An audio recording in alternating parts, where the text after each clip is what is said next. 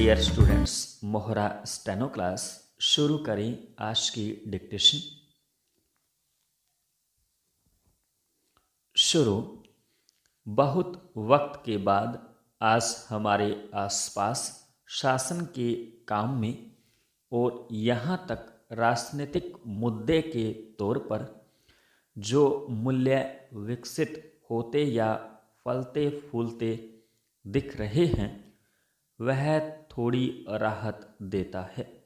खासतौर पर स्वच्छता और आत्मनिर्भरता को लेकर जो राजनीतिक और सामाजिक सजगता आई है वह गौरतलब है।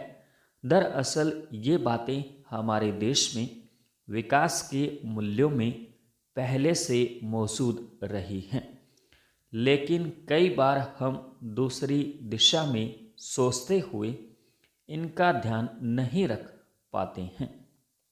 चेंज मसलन आत्मनिर्भरता, स्वच्छता, स्वदेशी, जन कल्याण, कौशल विकास, बुनियादी शिक्षा, आत्मविकास, बालकों में मूल्य शिक्षा और नैतिक शिक्षा पर बल देने जैसी अनेक बातों के लिए महात्मा गांधी कभी भुलाए नहीं जा सकते।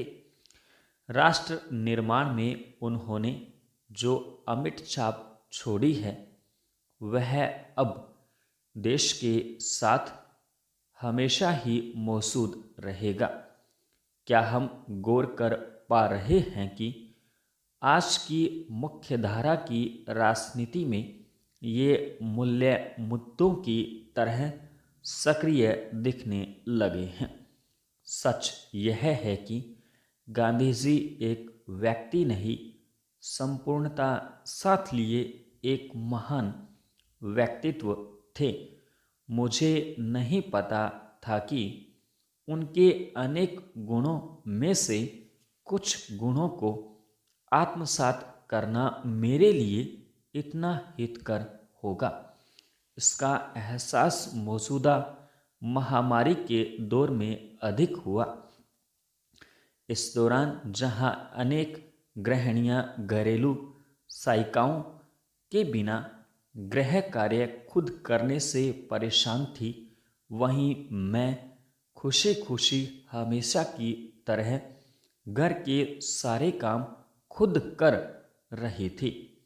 घर के सारे काम खुद करने की आदत हो तो अचानक आई परिस्थिति से परेशानी कैसी। बचपन में पढ़ा था कि गांधी जी अपने स्नान के लिए कुएं से जल खुद निकाला करते थे। अपनी बकरी को चारा अपने हाथों से खिलाते थे। अपने पहनने के लिए कपड़े भी खुद ही सूत से काता करते थे। तन पर जो भी कपड़े होते थे वे खुद धोते थे। शौचालय भी खुद ही साफ करते थे। यानी उनके आसपास अनेक सहयोगी होने के बावजूद वे खुद जितना बन पड़े अधिक से अधिक काम खुद ही करते थे। यही नहीं, इसके बाद वे अध्ययन के लिए भी समय निकाल लेते थे। यह सब हमारे सामने प्रेरणा की तरह है, मगर हमने उनसे कितना सीखा और कितना उनके नाम का महज जाप किया, यह हमें खुद से पूछना चाहिए। हम आज आत्मनिर्भरता पर जोर देते दिखते हैं, लेकिन अपने दौर में गांधी जी हर एक क्षेत्र में व्यक्ति को आत्मनिर्भर बनने के लिए प्रेरित करते थे। इसलिए वे बुनियादी शिक्षा पर बल देते थे।